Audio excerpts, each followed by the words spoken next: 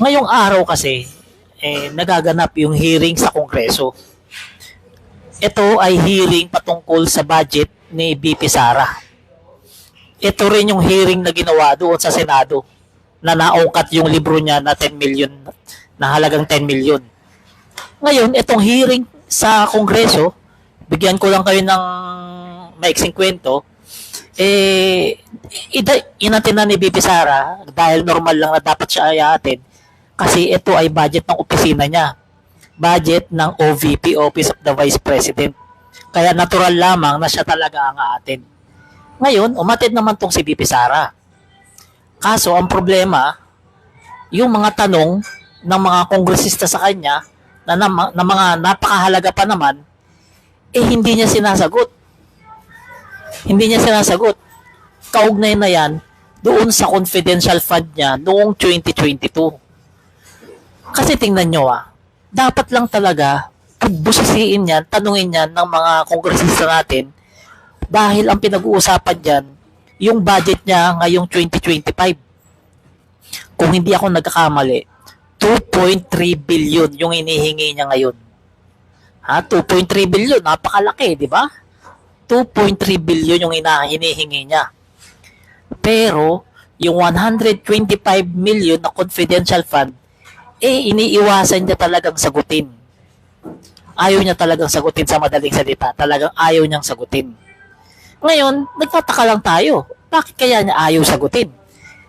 Kung saan napunta yung yung budget na yun, yung confidential fund niya, kung tutusin, kayang-kaya naman madali lang sagutin yan Kung talagang may pinatunguhan ba talaga Di ba? Halimbawa, ito, pinapagawa ko ng ganyan, idonate ko sa mga estudyante. Ginamit ko pang intelligence sa mga NPA. 'Di ba? Ginamit ko sa mga terorista para malaman yung mga aktibidades nila. Ganun lang kadali, 'di ba? 'Di ba?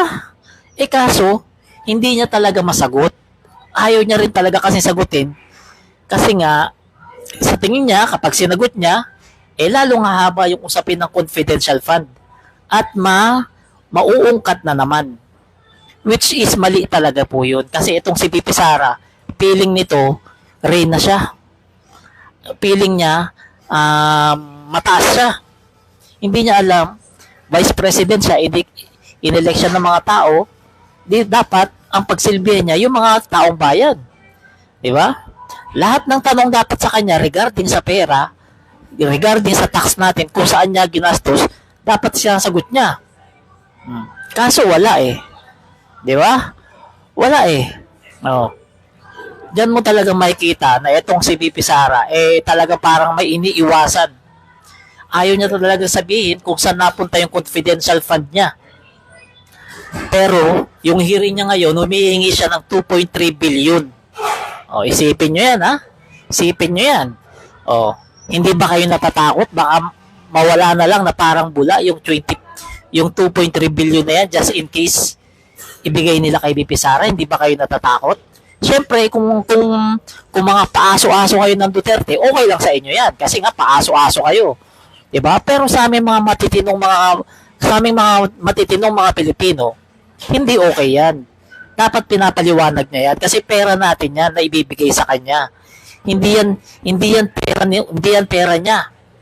Diba? Hindi yan kung san-san galing lamang. Galing yan sa pinagpawisan nating lahat, nagagastusin niya ng opisina niya. 2.3 billion. Isipin nyo, laki. Kung yung 125 million niya, hindi na niya mapaliwanag At naubos na sa 11 days Ito pa kayang 2.3 billion? Baka isang taon, ubos na itong 2.3 billion. Di ba? Tsaka magtataka ka. Ang laki-laki ng hinihingi ni BP Sarang budget. 2.3 billion nga, pero wala naman tayo nakikita proyekto niya. Sige, sa mga nanonood dito ng mga paaso-aso na DDS, anong proyekto ni BP Sara na nakita nyo? Sige nga, anong nakita nyong proyekto niya? At anong proyekto niya yung gagastusan ng 2.3 billion? Kayo, sagot kayo, mga DDS na nanonood sa akin. Alam ko naman marami kayo Hindi ko kayo binablock kasi syempre, sayang yung views nyo Di ba? O comment kayo, ano sa tingin nyo project ni BP Sara ngayong 2025 na kailangan niyang gastusan ng 2.3 billion? Di ba? Sir, baka sa bulsa lang mapunta. Ay, hindi ko alam. Hindi natin alam kung sa bulsa ba o hindi. Di ba? Oh. Sige, tanong, sagot. Oh. Comment, wala kayo ma-comment ngayon. Di ba? Kasi alam natin lahat na wala namang proyekto si BP Sarang malakihan.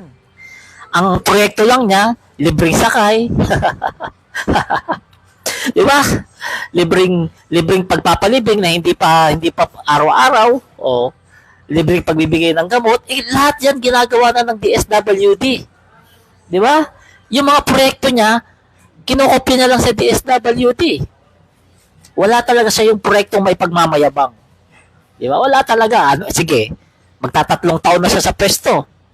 Oh, di ba? Pero hanggang ngayon, ang proyekto niya wala talaga. Zero. Sa tingin ko zero, ha? Oh. Di ba? Oh.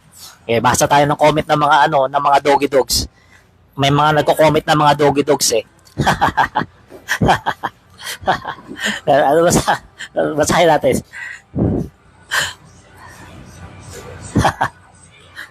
Sabi nito ni Michelle Gill.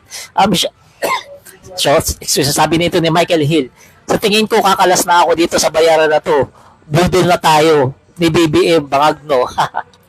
Umalis ka na, wala pinipilit sa'yo, di ba? Oh. Kasi hindi nyo naman masagot yung tanong ko eh.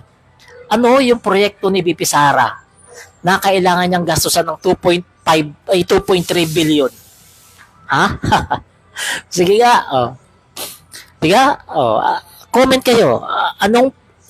Anong proyekto? Ako, nakikita ko parang kung yung mga proyekto niya mga libreng sakay, kaya na siguro ng mga 1 milyon yan. Alam niyo mga kababayan, patawa-tawa lang tayo. Pero karapatan natin malaman kung saan napupunta yung pera natin. Di ba? Karapatan natin malaman kung paano ginagastos yung budget ng isang opisina. Lalong-lalo na galing yan sa tax natin. Ngayon, kapag hindi ka apektado, kapag hindi ka concerned sa pera ng taong bayan, ibig sabihin, tambay ka, wala kang trabaho. Diba? Ganun lang yun. Tambay ka, wala kang trabaho, palamunin ka, at paaso-aso ka sa mga Duterte. Yan lang ang ibig sabihin niya kapag hindi ka apektado. Kapag hindi ka concerned sa pera ng taong bayan. Pero pag concerned ka sa pera ng taong bayan, sa budget nila, ibig sabihin, nagbabayad ka ng tax. Ganun lang naman kasimple yun eh. Di ba? So, itong hearing sa Kongreso ay hindi pa tapos.